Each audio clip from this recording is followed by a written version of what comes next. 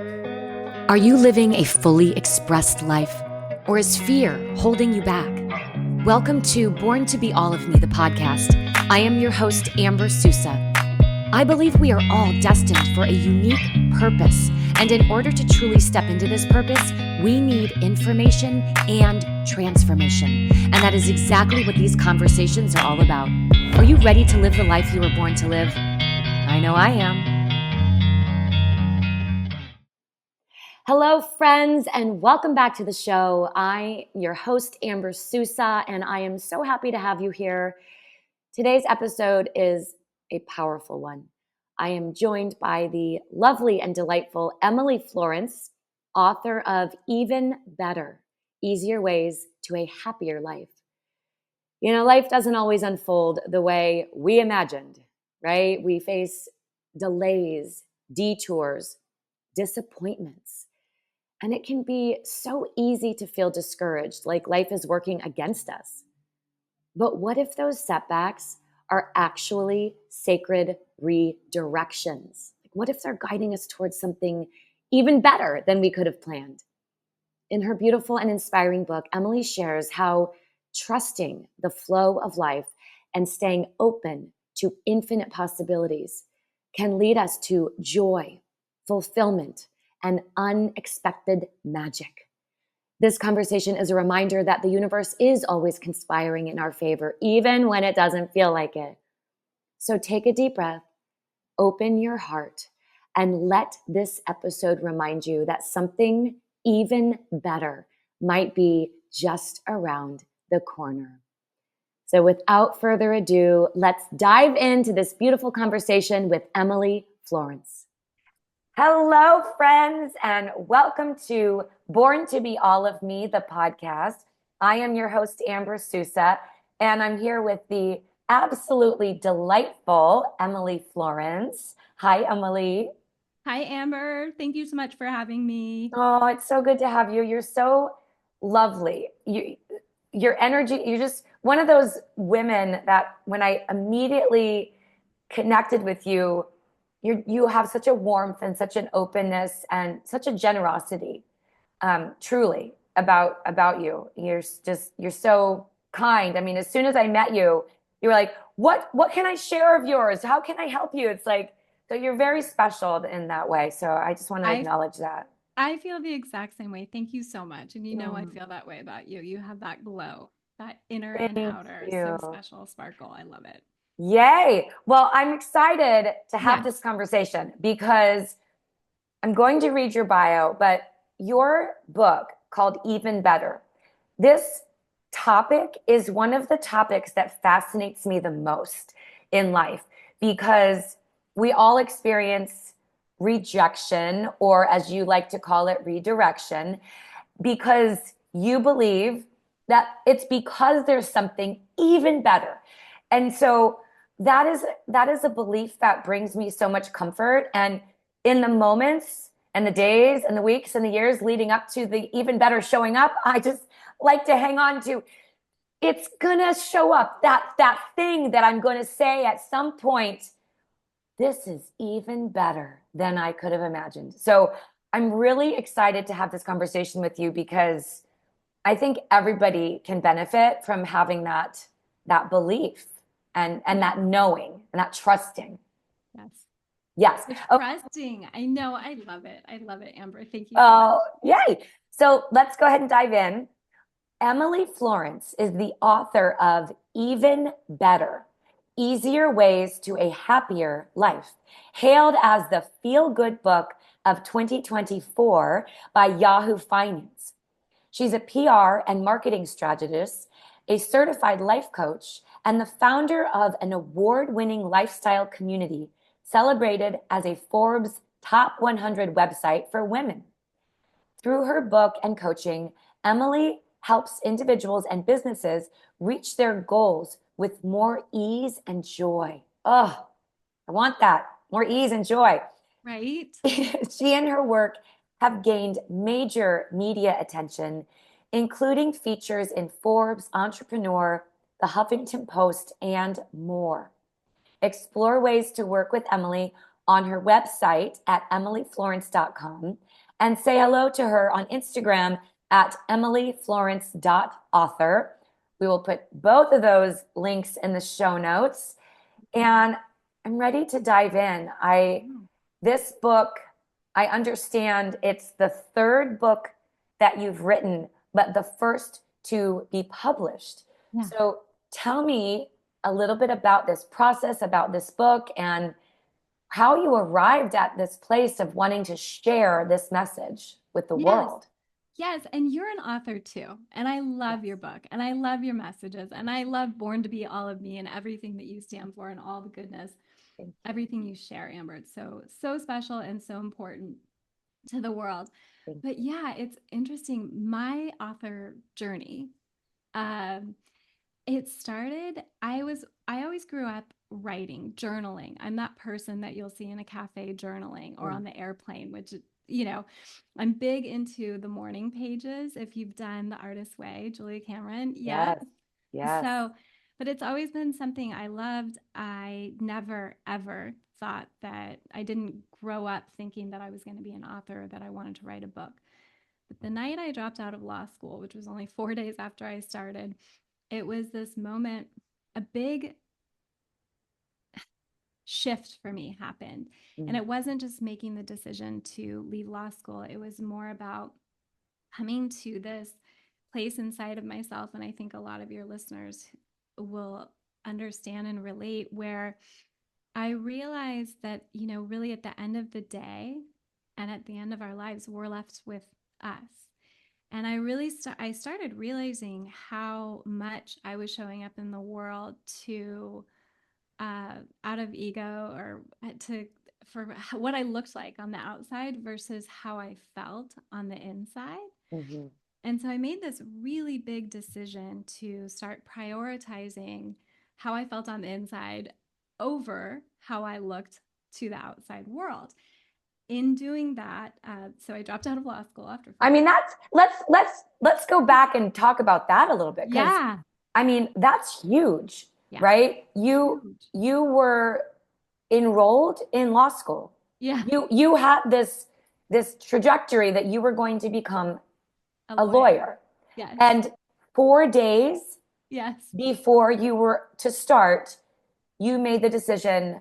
Well, I started, it was 4 days in. 4 days in. Okay. Yeah. Now, you were how old when this happened? I guess I was 22.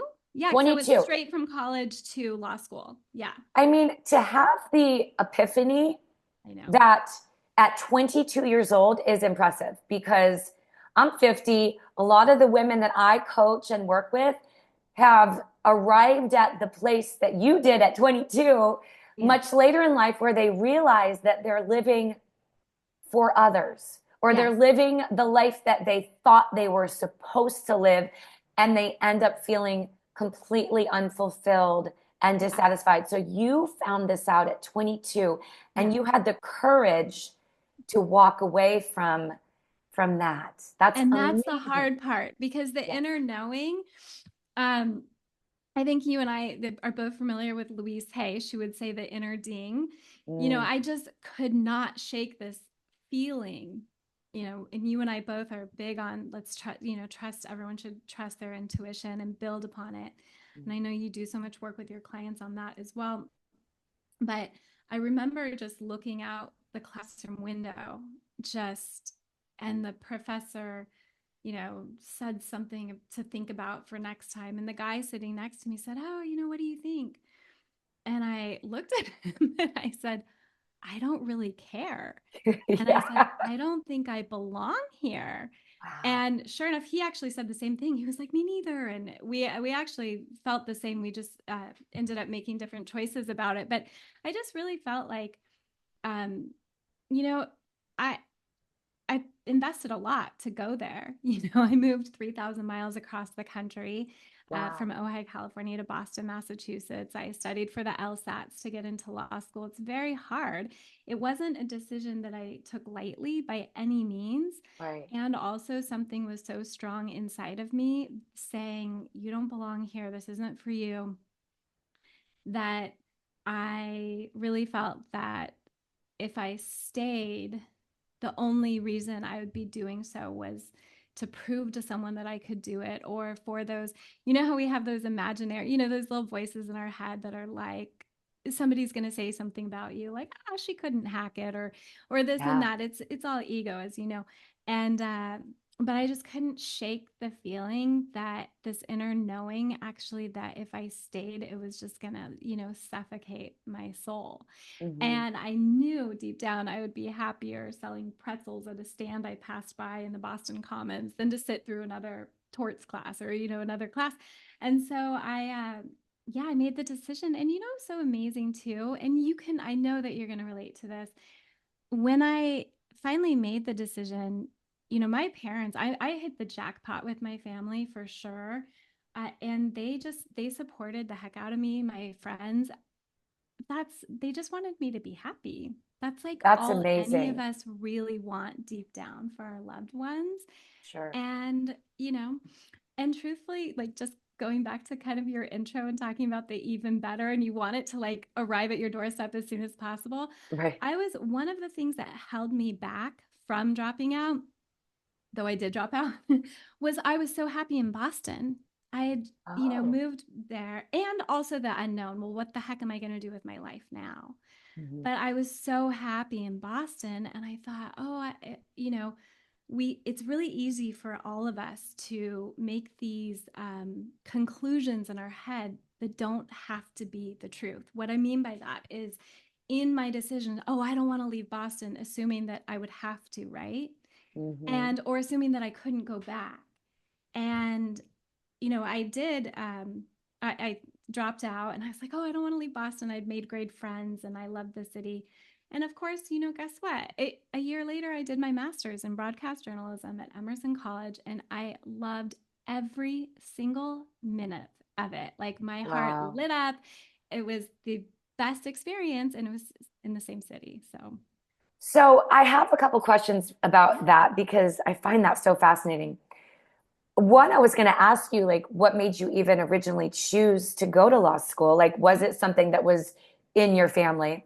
And Uh-huh. then the other thing I want to talk about after you answer that is, do you feel like your soul brought you to Boston because that's where you were meant to be? And you thought it was because you were supposed to go to law school, but it was actually just to get you to Boston? Yeah, I think there's a lot of that for choosing law school.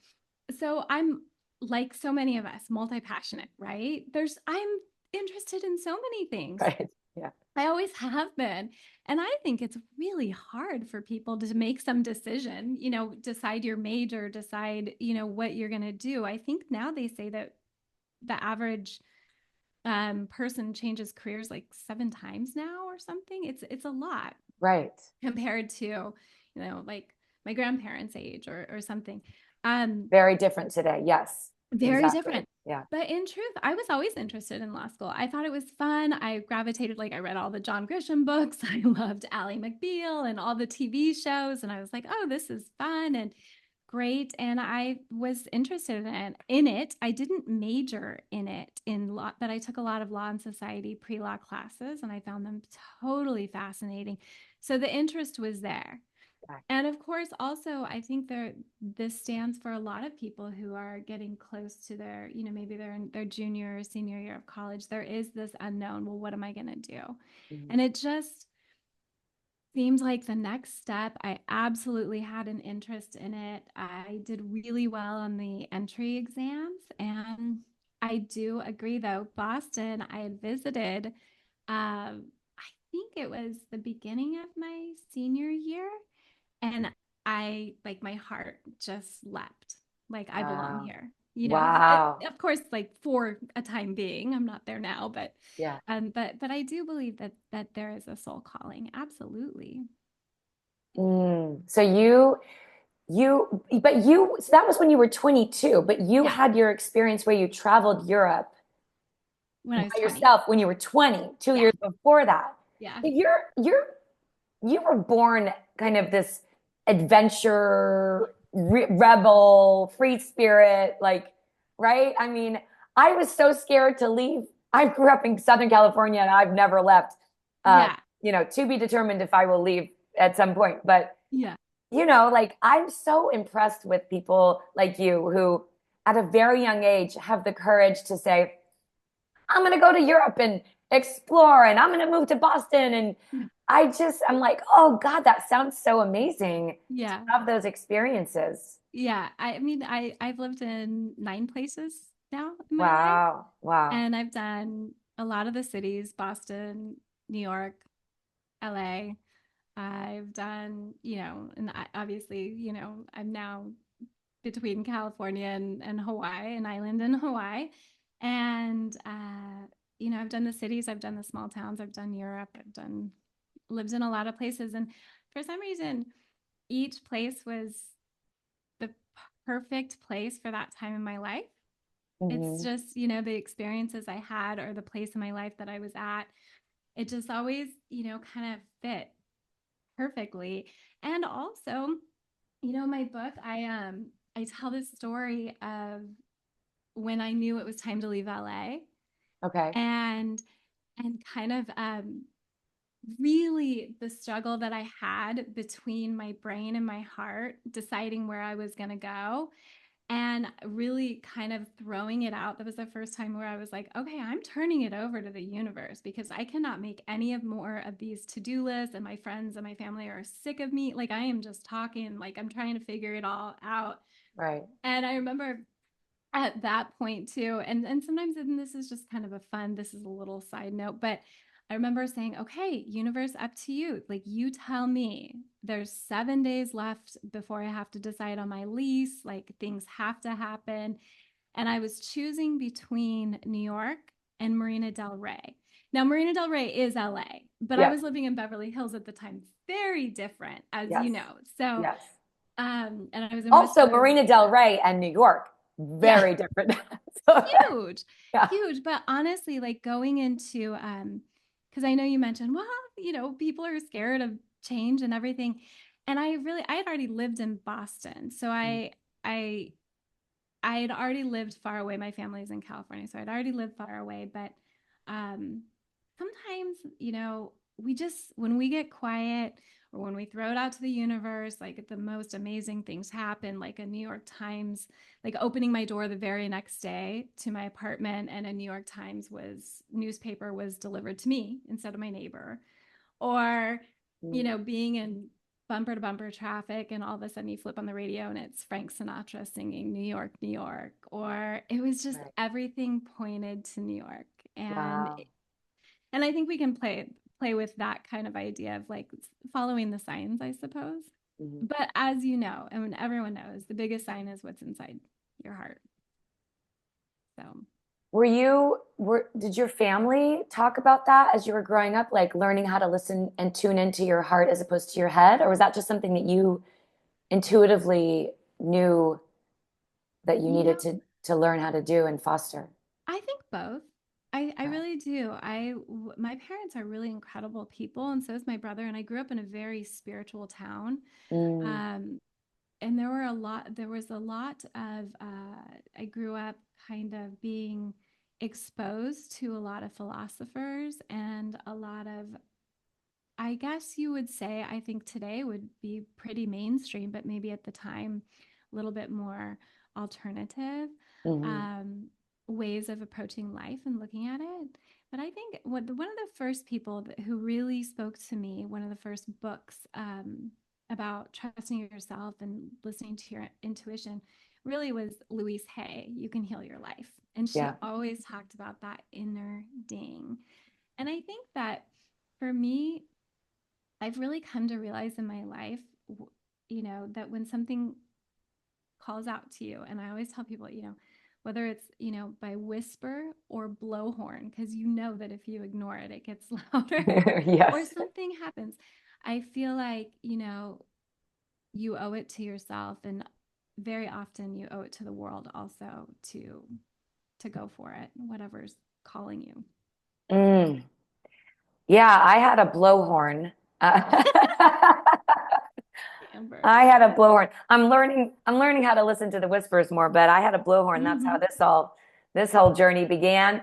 Um, and I started a meditation practice, and that really Yes. started to help me be able to hear the voice the inner Yeah. voice, the heart, the soul, because before that, I was living my life based off of what I think, what I thought other people wanted or what I was supposed to do, or, Right. a lot of fear, um, And not much trusting of my own inner voice yeah. until the blowhorn. And then I was like, oh, And okay. when you look back, do you think that there was the inner voice whispers that you just didn't hear or Sure, ignore? of course. I Yeah. think we all It's have wild, we right? all have those voices that say this is this is probably not a good idea, or this is probably, I mean, yes.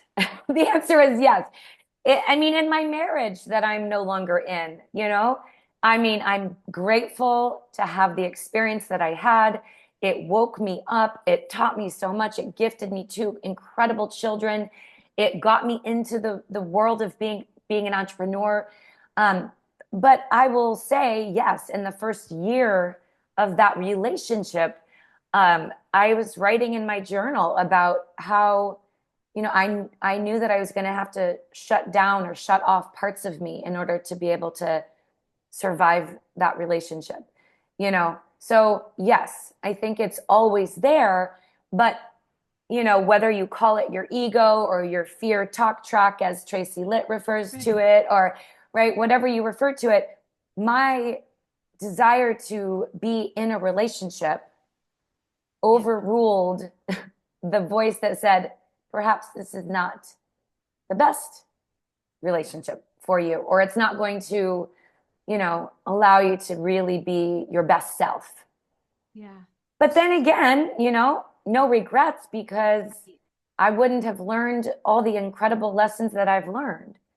Um, but yes, to answer your Exactly. question, there is always a whisper.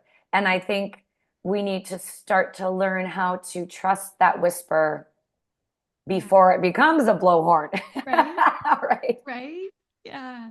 Oh my I know. goodness. And you were saying too, meditation, that is something that has just totally changed my life. Yes. And I meditated. I can't remember when I started meditating. I really Mm, can't. But I would say probably sometime in my 20s. But it was never, a regular practice. It was just kind of like here or there, when you have time. But the last, I would say 10 years, it is up there. Like it is a non-negotiable in my calendar. me too. Yeah. Absolutely, without a doubt, it is scheduled in Yeah. to my every single morning. Yeah. And then if I have, which lately I've been in a place of, um, you know, similar to where you were when you had 7 days left to make a Yes. decision. I've kind of been in this place where I've got, some big decisions to make. And so I have been upping my spiritual game. So I'm listening to my meditation in the morning or doing my meditation, and then also doing a second or a third one later in the day, because I'm like, Yes.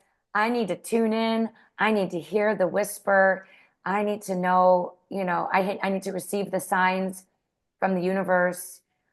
So absolutely, I think it's so, so important. So important. Yeah. And And you I, feel different. Like you oh feel the yeah, difference. Like if you're traveling or whatever, you're just hectic or something, you feel a little, when you're used to it, there's just something, it's like you feel a little just off or out of little off. sync or something. Yeah. Yes. A little Wild. disconnected. Yeah. Yeah. Disconnected. Yeah. I've been listening to Joe Dispenza a lot Hmm. lately, like I know. just filling myself with those affirmations. Yeah.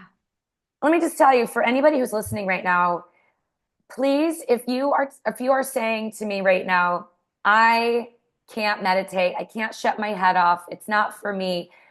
You can find so many free meditations on YouTube, and Joe Dispenza has a lot of them where he says an affirmation and you repeat it to yourself, either internally or externally. 15 minutes, boom, Yeah. try it. If you think you're the kind of person that doesn't or can't meditate, just try it, because the guided meditations are really, really helpful. Yeah. You I know, love Tara Brock. She yes. has a smile. It's called Smile meditation, and she has two versions. One I think is 24 minutes and one Mm, is 10 minutes. I listen to them all the time. Yeah. And Abraham Hicks has some good meditation. Give it a shot, So many, It's like, so and many. it's totally okay if you can't quiet your mind. It's all Yeah. good. Just breathe. Yeah. If you are here listening to this podcast, chances are that you are probably in a space where you're opening up to the possibility of mindfulness and meditation. I had my first meditation experience in my 20s and I absolutely hated it. I was like in the room with the people and the gong and the incense, and I'm like, this is not for me. Thank you very much. So it took, 20, however many years later, until the blowhorn came. And I was like, Yeah. I think I'll try meditation again. Yeah. So anyway, okay, let's get back to your book. I want to Yeah. talk about your book and how, I want to hear some stories about how you experienced what felt like rejection, Yeah. right? You talk about that a lot, how we are all so afraid of rejection, Yeah. but that if we can learn to reframe it as redirection. Yeah. So I want to hear about that, and I want to hear about some of the stories where you've ended up on the other side and have experienced the even better, and you're like, oh, thank God. Yeah. I mean, right away, I can say college. I can say relationships that didn't work out, not just Mm, one. yeah. Um, and I can say, oh my gosh, one was a house that I was going to sign a lease on, and I really needed to sign the lease. Like I Okay. was moving across an ocean. I was moving to Hawaii, and I needed, to know where I was moving to. Right, right. And and it fell through like 10 days before something. But I knew something even better was in Okay. store. I really did. And I'll tell you, so this is so funny. I was actually just talking to a friend about it the other day. And I was talking to somebody, there's so many stories, but I had a friend who lost her job recently. Okay. And she hated her job, like absolutely hated her job, and said, but I can't look for another job because I don't have the time or whatever. And so, of course, the first few minutes that after she lost her job, she was devastated because it's scary. Mm, Her ego was involved and all this stuff. But truly, deep down, she didn't want the job. The same story about somebody who went on a date with somebody and recently or was dating actually. And my friend, there were red flags from the very first date. And so, of course, when this relationship doesn't work out, my friend just naturally was sad and felt rejected and all these things when deep down she always had reservations the whole time. yeah. And I'm a really big believer that it's it does happen, Amber. And especially if somebody's listening right now and thinking, no, I really didn't want something to happen. But so often when something does happen that we initially consider rejection, the truth is deep down when we think about it or when we really look inside, we might not have wanted it to play out in the way that it played out, but we almost always didn't want that situation, that circumstance or whatever to continue either. And Mm, then the times that we do, like let's say, oh, I applied to a dream college and I got that little thin little envelope instead of the big thick one. That's where you just have to kind of have trust. And you really do have to trust. Steve Jobs said, he gave this great Stanford University commencement speech in 2005. And you can YouTube it, it's fantastic. And he said, you can't connect the dots looking forward. You can only connect them looking back. And so we mm. have to have faith. We have to trust that somehow, some way, we'll look back and it will all make sense. So, My goodness. Well, I experienced that recently. really? What felt like Did you? rejection. I was Yeah. dating somebody, Yeah. and of course, there were areas that weren't in alignment, Yes. but there were other areas I was like, oh, it's okay, Yeah. Yeah. Yeah. and at the end of the day, it didn't work out. It ended. And I felt rejected. Yeah. And he ended up pretty shortly after dating somebody else very seriously. And Oh, my ego had a lot yeah. to have, work with there, Yeah. a lot to work with. But you're absolutely right that I don't have my even better yet. Yeah. But if I'm really honest with myself, I know that was for the good. I know that was for the good Yeah. because there are things that I desire Yes. um, for a partnership, for a life partnership that weren't part of that dynamic. Yeah. So, I think, that's where the trust and the faith come in. And also like almost like a gratitude for the universe doing for me what I couldn't do for myself. That's kind of the divine intervention, right? Like Right. people talk about that all the time. Yeah. And yeah, and there is, especially when it comes, I think, to jobs or relationships, there's absolutely that. What's wrong with me? Like, why not me?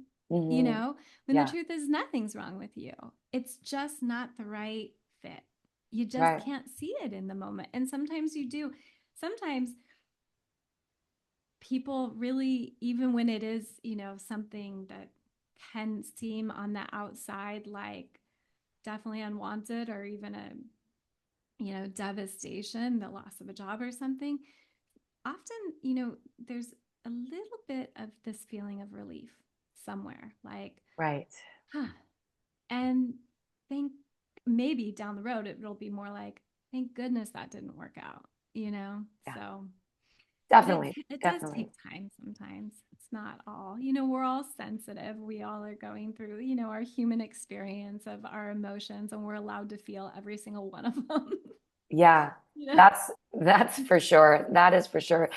It seems like there's like this theme of I had 7 days until I had to sign the lease. I had 10 days and like what is the deal with the universe waiting till the last minute? Right?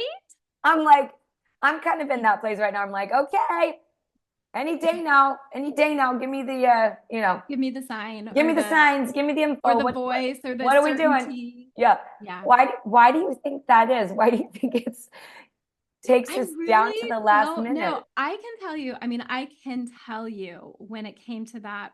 I remember sitting in my apartment in Beverly Hills, and I remember I was on the floor meditating. I had those to-do lists and everything, and it was Marina Del Rey or New York.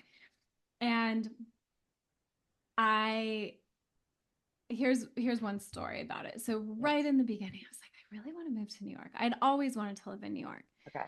And I thought, this could be really cool. This is an opportunity that just kind of came up. And I remember talking to my neighbor, and I said, but it's so scary. It's so far. I've already lived on the East Coast. I had not forgotten how cold a winter could be, all the things.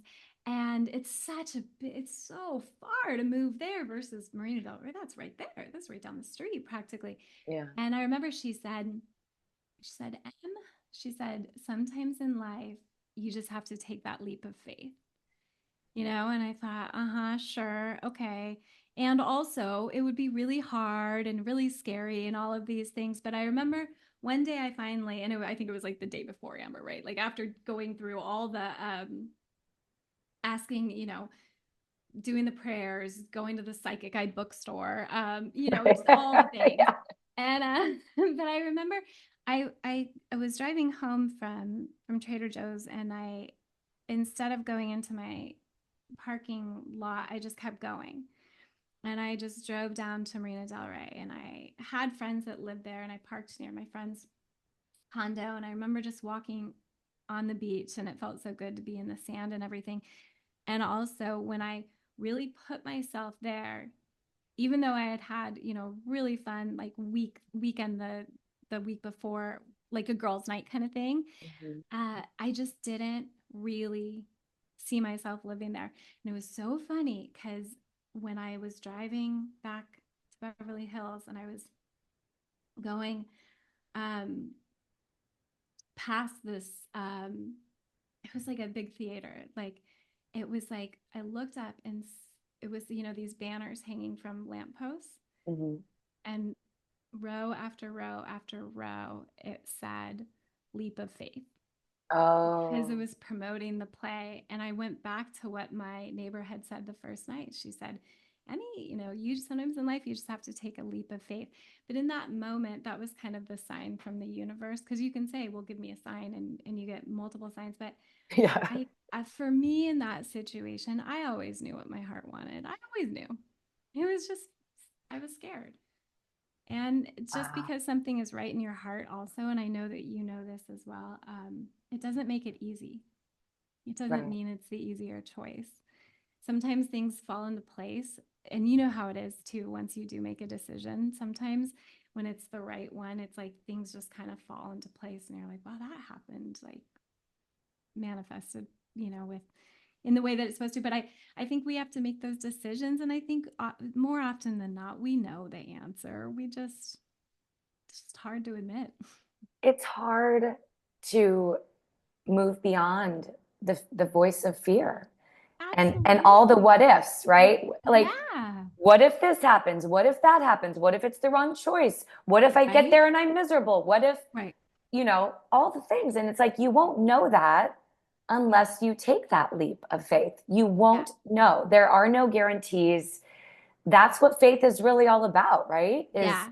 Is trusting that if you don't try, you will never know. So Yeah. once you got to New York and you got settled in and you had made that decision, Yeah. were you like, "Oh my gosh, this is the totally right answer. I made the right choice." 100% in 100%. my life. Oh, Absolute and the dream come cold true. winters were fine. You held. Totally. Absolutely. Oh my And goodness. it's funny because what you just said, it kind of reminded me of Richard Branson. He had this great quote, and I can't remember if it was from a book or what, but he said, the brave may not live forever, but the cautious do not live at all. And Ooh, say that again. the brave may not live forever, but the cautious do not live at all. Ooh, I know. that is a good Chills, one. huh? I know. That's a good one.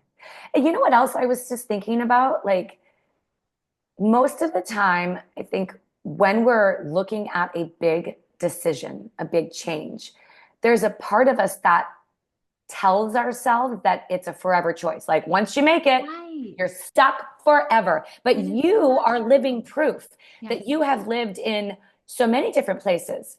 Yeah.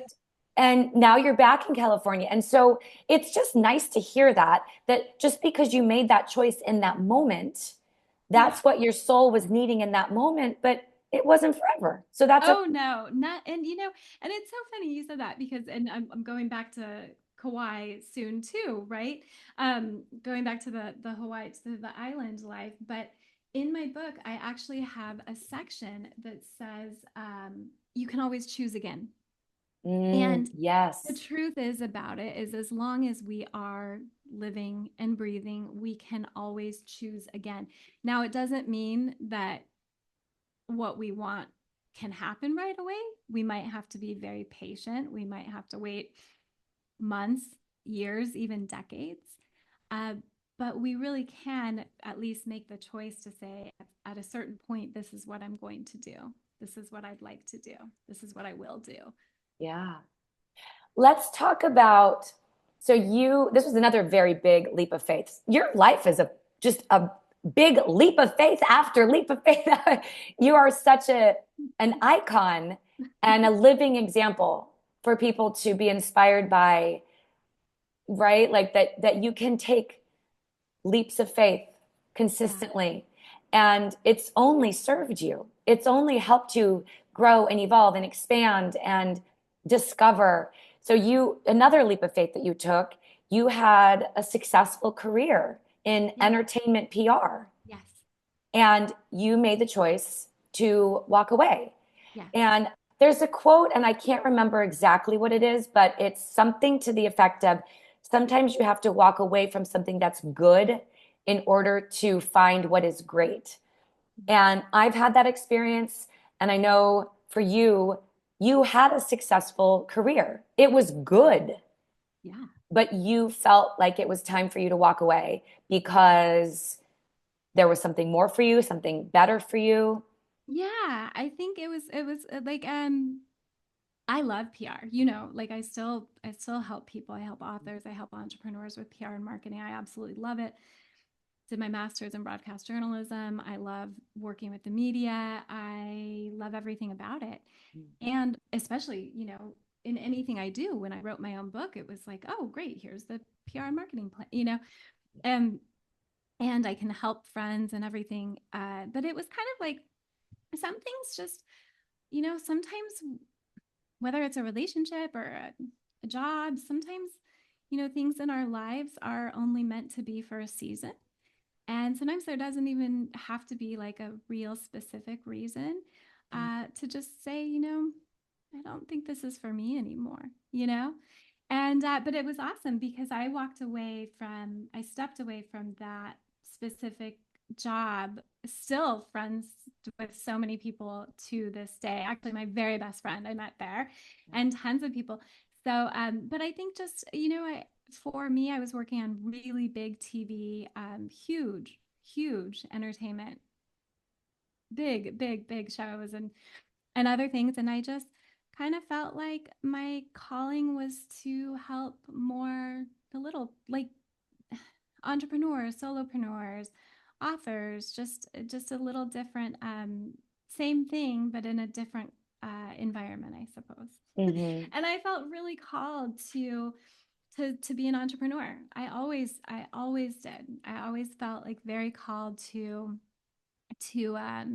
create my own company, my own everything, and it just felt like the right time for me. Yeah. So yeah, You are my soul sister. And when I hear you talk, I know. it really, in my last podcast interview, I talked about redefining success.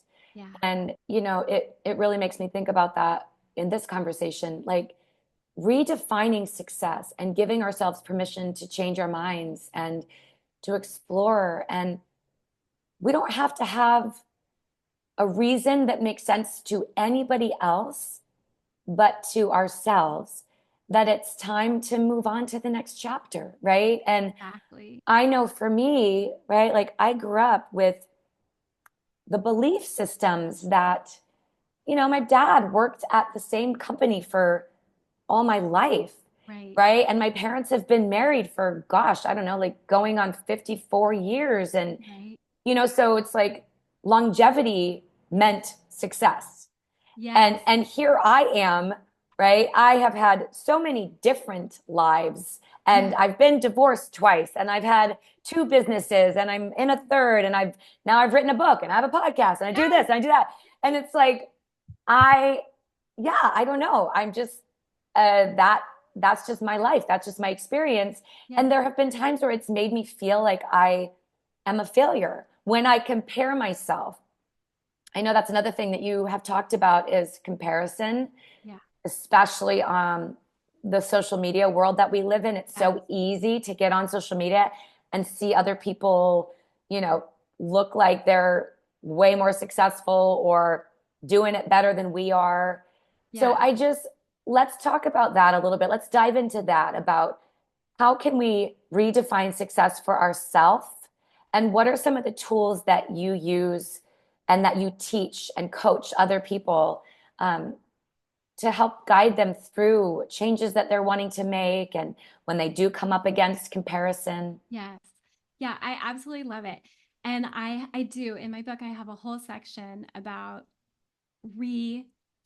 It's called Rethink Success. And it Okay. was really a story. It was a story about when I left the entertainment PR world and realized like, holy shit, like I'm so not a success because success at the time for me was I was in this world of red carpets and all kinds of, exciting stuff.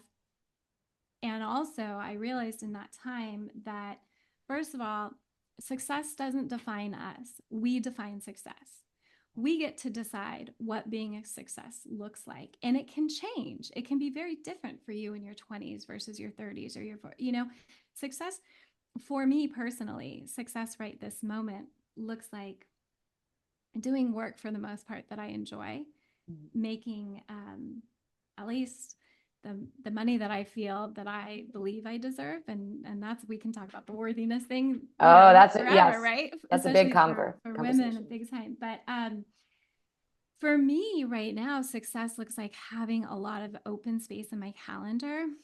Um, for me, it's a little bit of freedom to choose to travel on a Tuesday, if I want to, not for work or anything. So I think that my definition of success might be very different than somebody else's. And that's okay. And I think that we get to decide what success looks like. I do believe that we, at the end of the day and at the end of our life, and I think the older we get, we realize more and more the importance of feeling good, being happy. Life isn't 24/7 sunshine and rainbows, and dark days and hard times. It's just part of our human experience. No one's exempt. Life is messy and it's not fair, but I also believe that the more joy that we experience, the more feelings of just, those moments, Amber, where you're just like, they're just, maybe if they're micro moments where you're like, life is good. Maybe it's just 5 seconds right now, like holding my niece or something, just like, this is good. Yeah. The more that we have, the more joy, the more inner fulfillment, the more often we go to bed at the end of the day, hit the pillow saying, that was a really good day. To me, that's success. I love that so much. I love this. Okay, this conversation is really exciting to me because you talk about having open space on your calendar. Yes. And this is something that I really like having. Yeah. And I also have all these voices of, you should be doing more. You should, and I think most of us have this, right? That we Absolutely. should be. But when I think about what my values are and what's important to me, I love being able to have the freedom to pick up my kids from school every day. I love the freedom of going and teaching a dance class and then Yes. having time to stop and get a smoothie and sit and park at the ocean and drink my smoothie and look at the waves and listen to a podcast. Like that feels really good to me. Yeah. And so, yes, I love the idea of shifting our perspectives of what success is and that we get to define what success is, and we also get to be in charge of what our values are. Yes. And let it be okay that we might have different values than other people. Absolutely. Right? So when we're looking at social media and we see this person who seems to be more quote unquote successful, Right. maybe they have different values than we do, and that's okay. And Yeah. so, yes, I love that, like finding those moments and really just owning what our values are. Yes. Absolutely. And I'm not on social media very often. Like I I'm like, know. Well, I've heard you talk about, yeah, right? I'd love to hear more yeah, about that. You talk yeah, about taking time away from it because, right, like yeah. it can be detrimental to our well-being. Yeah, absolutely. I For me personally too, I think that a lot of people, whether you're an author or an entrepreneur, anybody who has to promote something yourself, I think it's very easy to fall into a trap thinking, oh, I have to be on social media all the Mm, time, or I'm not going to succeed, whatever that is, mm, right? But I mean, I think that people really buy into this. And fortunately, because of my PR and marketing background, I knew that people had reached their goals, like all the things that they wanted to manifest, or cross finish lines way before social media came around. So I was like, okay, no. right. But I'm a big believer in just doing, you know, more of those things when I can that bring me joy and less of those things that don't. And for people who absolutely love going on social media, that's fantastic. I don't. I also believe that it's kind of a crapshoot. Like it doesn't like I do my best to try to choose joy as often as possible throughout my day. Clearly, life happens and there's so much we can't control that's out of our hands. And also, I can choose to watch a feel good movie or I can choose to watch something that's going to be absolutely chilling. I can choose to, in my free time, not always, but sometimes, surround myself with people who really light me up, who bring out the best in me and support me. And also, I can choose to hang out with people who, if I really think about it, I'm not that much of a fan of, really, you know? So I can choose, you know, this so well, like I can choose foods that fuel me and make me feel good, Mm. or things that bring me down. And that's why I love when you've done your alcohol free challenges, Yes. because I always tell people if you're trying to boost your joy levels, if you're trying to bring more happiness into your life, you know, you really do want to be aware of what you eat and drink, because let's face it, it is hard to be happy when you're hungover or you're bloated, you know. It just is. Yes, for So sure. Yeah.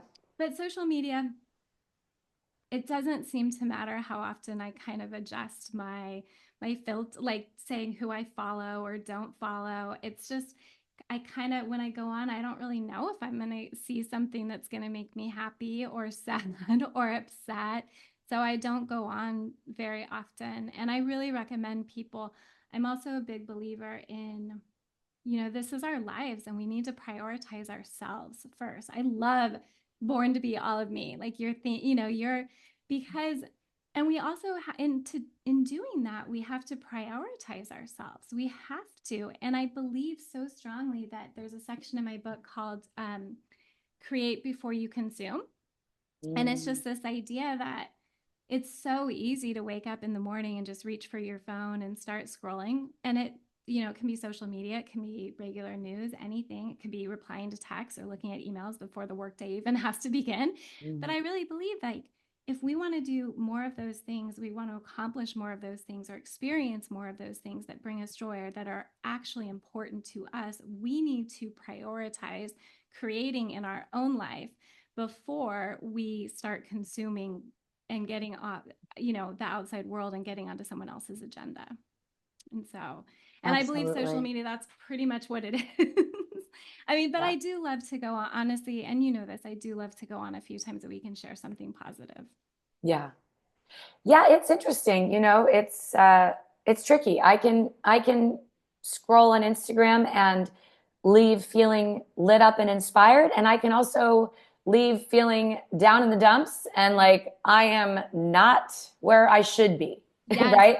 And yes. so yes, And it's everyone feels that way. yeah, Everyone. right? Yeah. Everyone Even feels the that most way. like, even people who I was listening to this guy, he's a venture capitalist. He's incredibly experienced, wealthy, you know, all these things. And he was saying how he goes on and he's like, I must, you know, be that like Instagram. He said, I must be that like 13-year-old girl. It's not just because there's all the studies about the teenager and the preteen. He's like, Yeah. it's me too. He's like, I'll go on and, you know, he's got a great family. He has a lot to be thankful for and appreciate in his own life right now. But it's just, I think it hits all of us that way. Yeah. I I do too.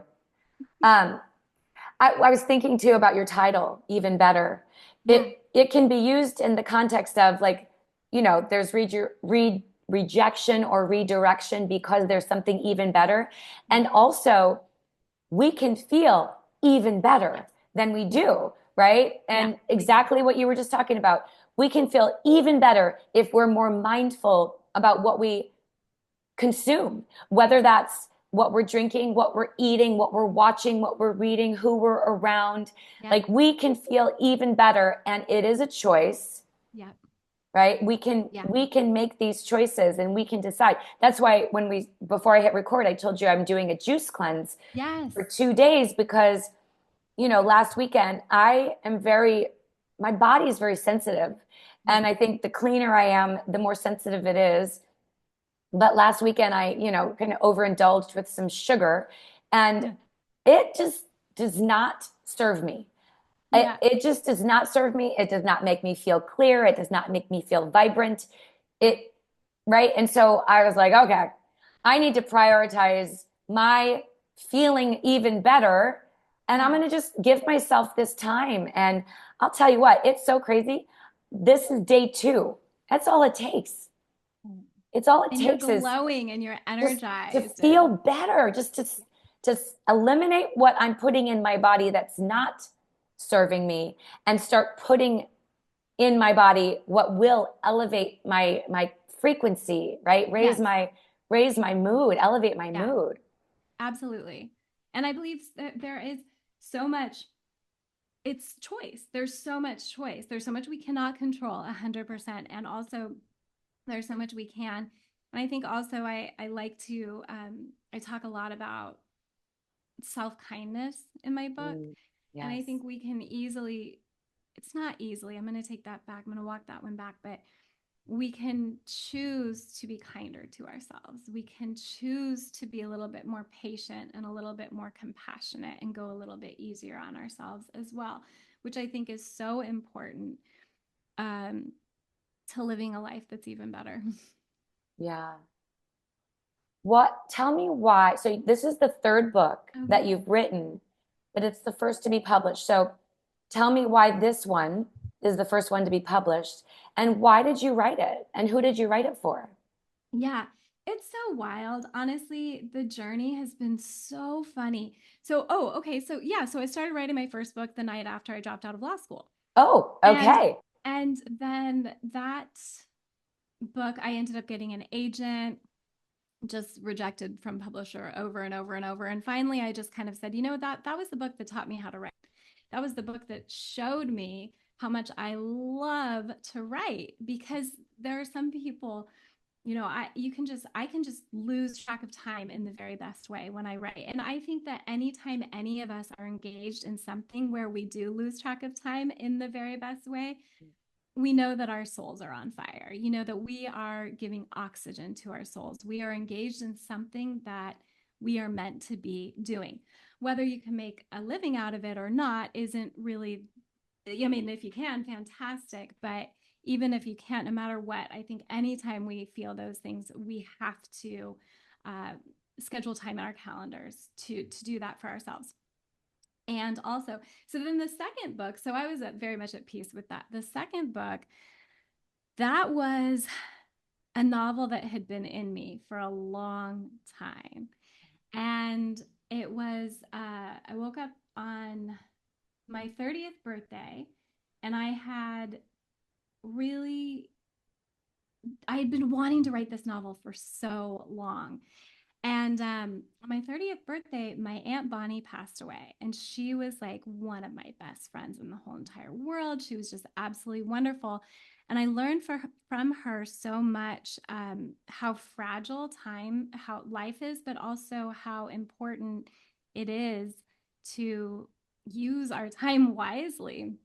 And so I said, okay, I have to write this novel. Like something in me was like, you have to do it. So I took a little bit of time off and I really threw myself into it. And I will be honest with you, I absolutely still to this day, I love that book. But I never found the ending. And it's so funny you're bringing this up right now, Amber, Oh, because it wasn't until interesting. I finished this book that it Okay. was just about 6 weeks ago that I came up with the ending. Like it hit me, and it's years later. But so I'm going to be returning to that book, and I'm sure that will be published eventually. But this one, it's 101 bite-sized chapters, and it's almost like a modern guide. You know, people are really describing it as kind of like a modern guide to an even better life. And Perfect. one thing that I love hearing from readers is that most people are reading it, you know, cover to cover, and then they're going back. They're keeping it like on their nightstand and they're flipping it open to like the message of the day. Because there's Mm, so, you know, each section's, 1 to 5 pages, except for my personal stories are a little bit longer, but they're such bite-sized little, it's just a feel-good book. You know, it's uplifting and it's easy to read. And I knew that I felt called to write this book, completely called to it. And I designed it, though I really did design it to be quick sections that people could digest, because we are living in a time where people either don't have the time, or they don't make the time, or they feel that they can't take a lot of time diving deeper into things. But it's really a collection of feel good notes. It's great. So I have a fun idea. Are you Yay. are you open to take the book Yeah, flip it and open. and we'll say a little prayer and we'll just ask what we all need to hear right now. Just whatever you open it to and just read us a little blurb. Okay. This one is savor the sweetness of doing nothing. Ooh, yes. Yes. So now I have to get to my Yeah, prayer. yeah. I'm gonna take a sip of my cacao. So there's a saying in Italy, dolce far niente. Translated, it means the sweetness of doing nothing. I was introduced to the saying by an Italian gentleman who I had the pleasure of sharing a bench with one crisp October afternoon in Cinque Terre, Italy. It's becoming rare these days to do nothing. Even when we don't have anywhere to be or anything pressing to see, it's unlikely we simply sit and watch people pass by in the street or stare off into the clouds. More often, we reach for our phones and fall into the digital world. Italians understand the value in doing nothing. They know when our heads aren't looking down at our phones, the world right in front of us opens up, as well as conversations with delightful Italian gentlemen. They also know that turning off and tuning out is restorative for our bodies and minds and keeps us living in the present, which I think you know so well. Okay. Mm. In Italy, it's not uncommon for restaurants and shops to hang a sign saying closed for vacation for an entire month. They know life is better when we're not fully consumed by work and busyness, and they make time for vacations and pleasure. Whether it's exploring a new place in the world, taking an afternoon stroll hand in hand with a partner, or sipping a cappuccino in a cafe after lunch, Italians know our life purpose is to enjoy as much as possible. No matter where you live in this wonderful world, take a cue from our Italian friends and make time to enjoy the sweetness of doing nothing. Just be sure to leave your phone and any guilt behind. Oh my gosh. That was incredible. And I love so much. You were just talking about how sometimes after a dance class, you'll go get a smoothie and just watch people go by. Great. I watched the ocean, but I will say I am guilty of lifting my phone up. So I'm gonna take that little blurb that you read and I'm gonna put my phone in the back seat and I'm just not even gonna touch it. Um, I love that so much. Like, can you imagine us saying, I'm just gonna take a vacation for a month and not like I know. we're so worried I know. about being obligated or responsible or what's going to happen if we don't Yeah. stay, especially those of us who are entrepreneurs. It's like if I don't Yeah. stay relevant, it's if I don't stay present, people are going to forget about me, or there's like we have all Totally. this noise. Noise. and Totally. and this what you just read, it's like it's so perfect. Totally. It's I like know. And slow down. I'm always telling people, I'm encouraging them to consider, like, take off your overachiever hat, Yeah. don't go the extra mile. See how you feel, take the shortcuts, press the easy button. Especially if you're just feeling like you really are run ragged, because we do need to take time for our nervous systems. We need to take time to restore and recharge, you know, Mm. because, and this too, it's like, it's the only way to show up and give the world, the very best of you, not what's left of you or barely left of you. Yes, absolutely. Yeah. Show, because if we're here, right, and you and I are both all about wanting to be of service. And Yes. so what good are we if we're showing up with what's left rather than what's best? Yeah. And And it's like how, you're born to be all of me, yeah, right? Like yeah. you're, yeah. Yeah. So I'm on to something by stopping and sitting at the ocean and drinking my smoothie. I'm not being lazy and I'm No, it's not being, loving. it's loving. And this is something that we just need to reframe in our culture. 100%. That's exactly right. It's all a reframe. And it's so much easier said than done. But it's true. It's like me time is not a luxury. It is not something to be rewarded after trudging through a long work week. It Yeah. is enjoyment is our birthright. And I'm a big believer that the happier we are, the more joy we experience, the it's like the path gets brighter, you Mm. know? And it's like things kind of fall into place better. And I think I also believe so strongly that we need to start being kinder to our minds. We have to be kind to our minds because we have spent, I think, at least the last 2 decades, I believe, really people caring so much more about what they're putting into their bodies and how they're treating their bodies.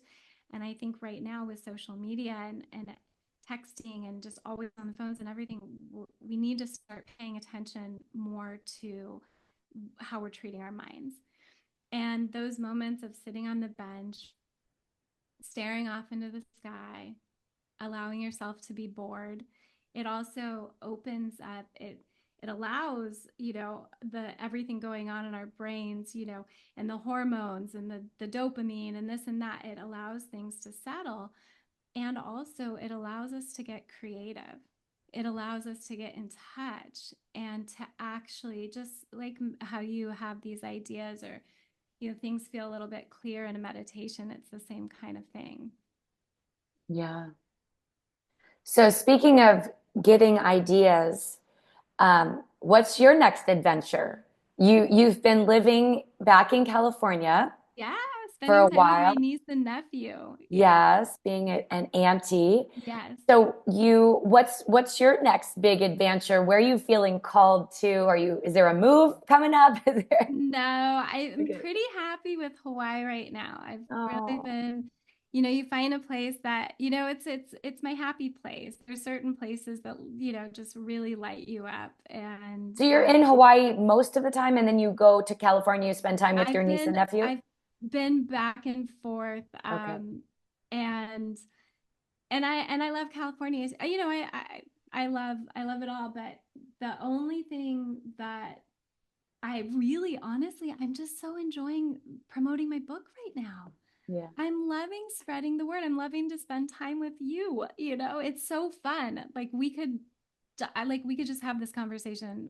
We could just keep going. We could have it every Yeah. day. Yeah. But I love everything you post. I'm always like, Amber and I were so aligned and everything, but I'm just loving it so much. I am going to record the audio book in a few months, so it'll be out in fall of 2025, which I'm excited about.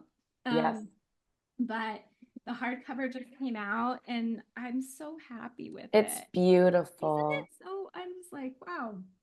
You don't always know sometimes when you work on something how it's gonna turn out. And but yeah, I'm just really enjoying sharing the lessons and meeting people and just kind of spreading the good word. It's been a lot of fun.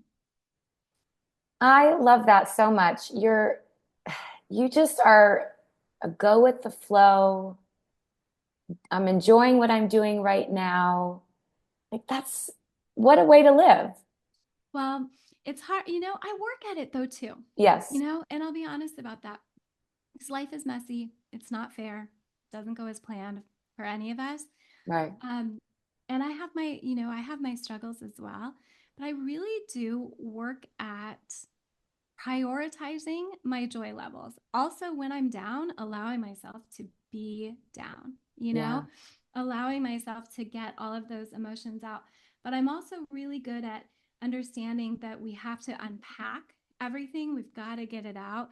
And also, I know that, as humans, our memories run long, and very often we process something and we unpack and we get over it and we move forward. And then it's like we can get easily sucked back into things with our thoughts. And I'm very good at saying, if I have a thought, saying, you can let that thought go, or turn my Mm. attention somewhere else, because I don't believe that anything good comes from stewing in anything negative for too long.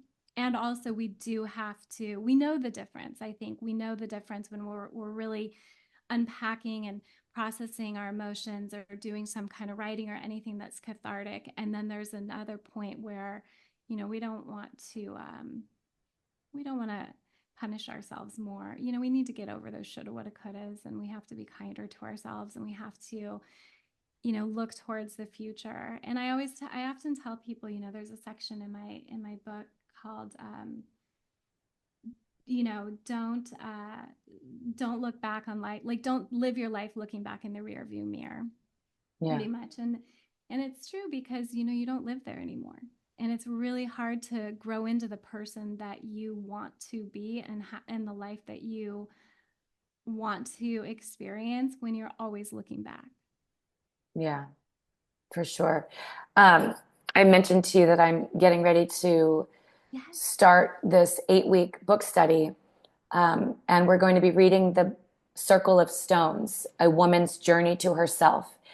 And what we've been talking about is making me think about a lot of the concepts in the book. And she talks about, we've all, especially in here in the United States, we've fallen into the masculine way of achieving and doing and being busy, and how really the feminine values and principles of being and allowing ourselves to go into the descent and feel the feelings and feel the sadness and feel the fatigue and feel the depression or whatever it is, and really give ourselves permission, because a lot of our wisdom comes from those moments.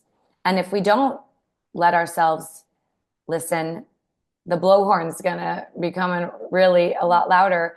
And it's, it's not sustainable for those of us who are looking to balance more of the feminine, to stay in that masculine do all the time, you know.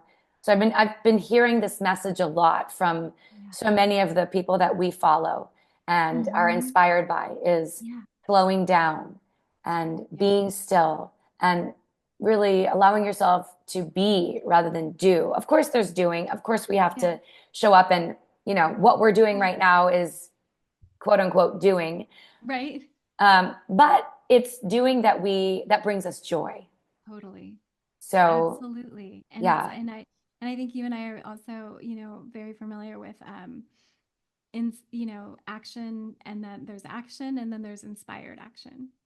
yes, And the difference in that energy that goes into an inspired action versus just the action. And don't get me wrong, I am so one of those people who have been like, at different times in my life, I have been the one who, would be like, okay, like I'm satisfied with myself because I have a to-do list that's like blah blah. And believe me, there were days that I would do something that wasn't on my to-do list, and I would add it to my to-do list just so I could highlight it out, just for right, that satisfaction, right? right, I don't live my life that way anymore. I definitely, obviously have those things that we have to do. We all do. And also, I do my best to take action because of inspiration, not because I feel that I have to. yes.